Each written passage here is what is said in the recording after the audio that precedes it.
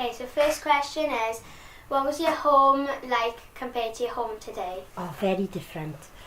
When I was your age, our toilet was outside. We didn't have an inside toilet, and we didn't have an inside bathroom either.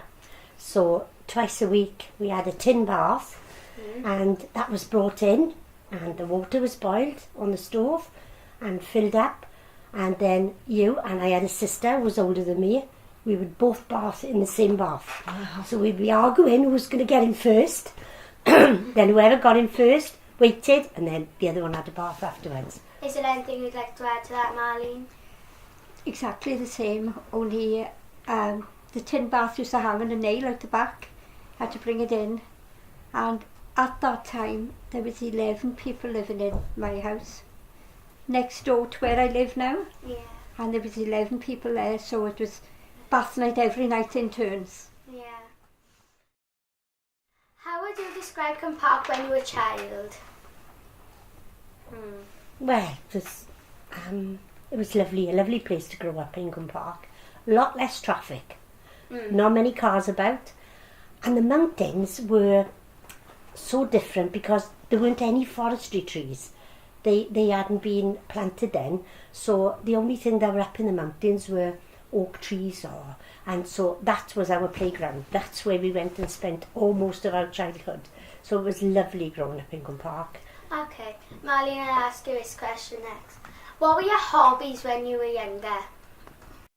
It was everybody played out in the street. The whole street used to join in skipping and things like that. You know, everybody was a community, everybody joined in together.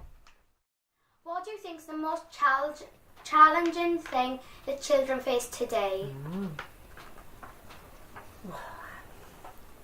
I think not being able to play outside in safety. That's quite challenging, I think. Yeah. Yeah. Keeping up with your peers as well is quite difficult today, isn't it? Where years ago, nobody had anything, so no one had a television or a telephone, so everybody was the same. And today, I think children sometimes have a little bit too much. We never experienced that, did we, Marlene? Because no one had anything. No. So, and what little you did have, you'd share. You'd always share. If you had something small, you would share it with someone. Nobody locked their front doors. Everybody's front door was open, and everybody was in and out of each other's houses. And is it just one big community? Yeah.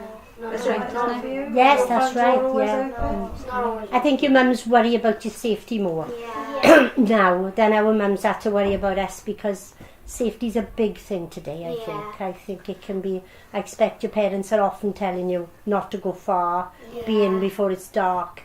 Well, we never had to be told that, did we, Marlene? No. It was quite safe for us to, so I think that must be very difficult for you today. Okay, so that was very interesting. Now I'm going to pass it on to Faith. So what was the scariest, hardest thing about growing up in Cwmparc? The scariest thing was in the blackout during the war. There was no lights anywhere, and it wasn't, you couldn't go outside your front door because you couldn't see anything. And when was that? That was during the war, between 1940, And how old would you have been then? I was 3 when the war started, so I was 8 when it finished. So you couldn't go out. Once the darkness came, it was black. You couldn't go out then. I came to Cwmparc School, which was totally different, because this is, is a new building now. So the classroom that I went in was the classroom that used to be used when the bombs, so everyone used to run into it. It was an air raid shelter, so that had been turned into a classroom. So the infants' classroom was under what we called the arches, wasn't it? Down the dungeons. Down the dungeons, we called it. Very different than school today. Every afternoon you were put to bed, whether you wanted to go or not. Canvas Small beds. little canvas folding beds that were opened up. Usually about 2 o'clock in the afternoon. Yes, after dinner time. After dinner time, you'd have your play, and then you'd come in, and then off to bed you'd have to go. We didn't have tables of 6 or 8 where you could all be in a group and help one another.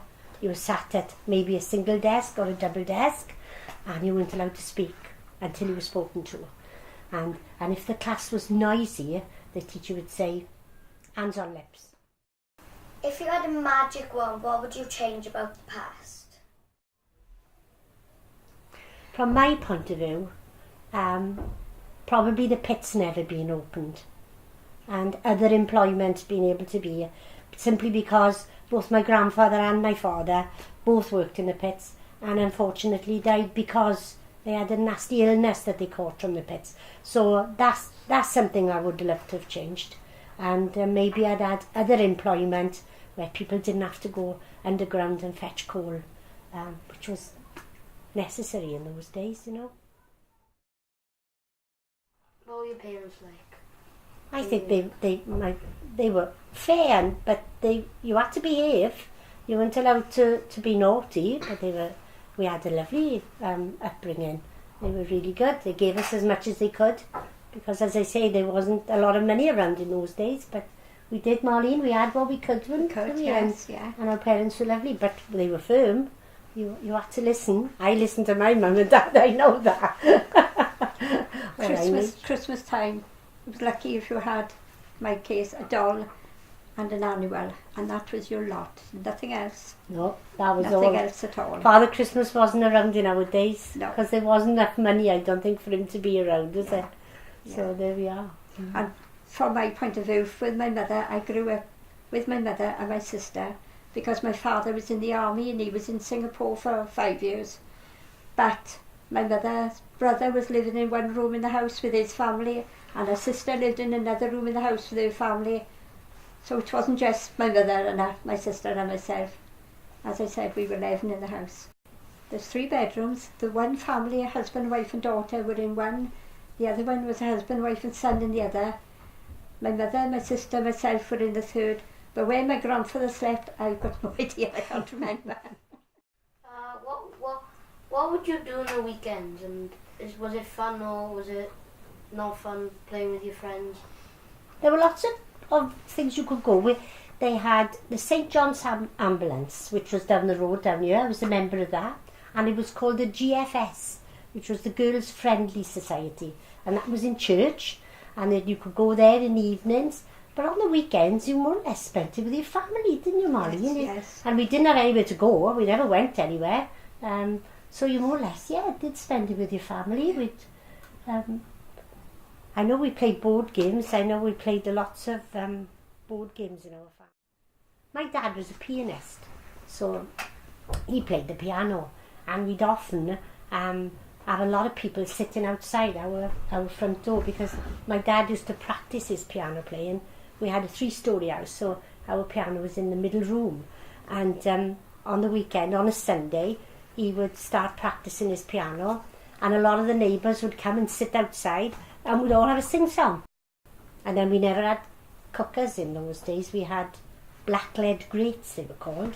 So our fires were open, weren't they, Ma? Yes. And then the grate was quite tall, high. And you had one side which would do the cooking, the oven, and the other side which would warm water. So you'd have toast. Your toast would be cooked on a long fork, like that. The bread would be stuck on, and you'd hold it in front of the fire. And when the one side was done, you'd turn it round and then cook the other side. That was great fun. We'd on the weekend. Marshmallows when you toast marshmallows. It's like exactly like when you toast marshmallows, or you do it with your bread. Yeah. Can you imagine having to go to the toilet at 10 o'clock or 9 o'clock in the night, and you're now in your lovely warm jammies, and you have to go outside in the freezing cold, round the corner in the dark, and sometimes there were cobwebs in the toilet, and I don't like spiders. So usually my dad used to have to come out and flick all those away.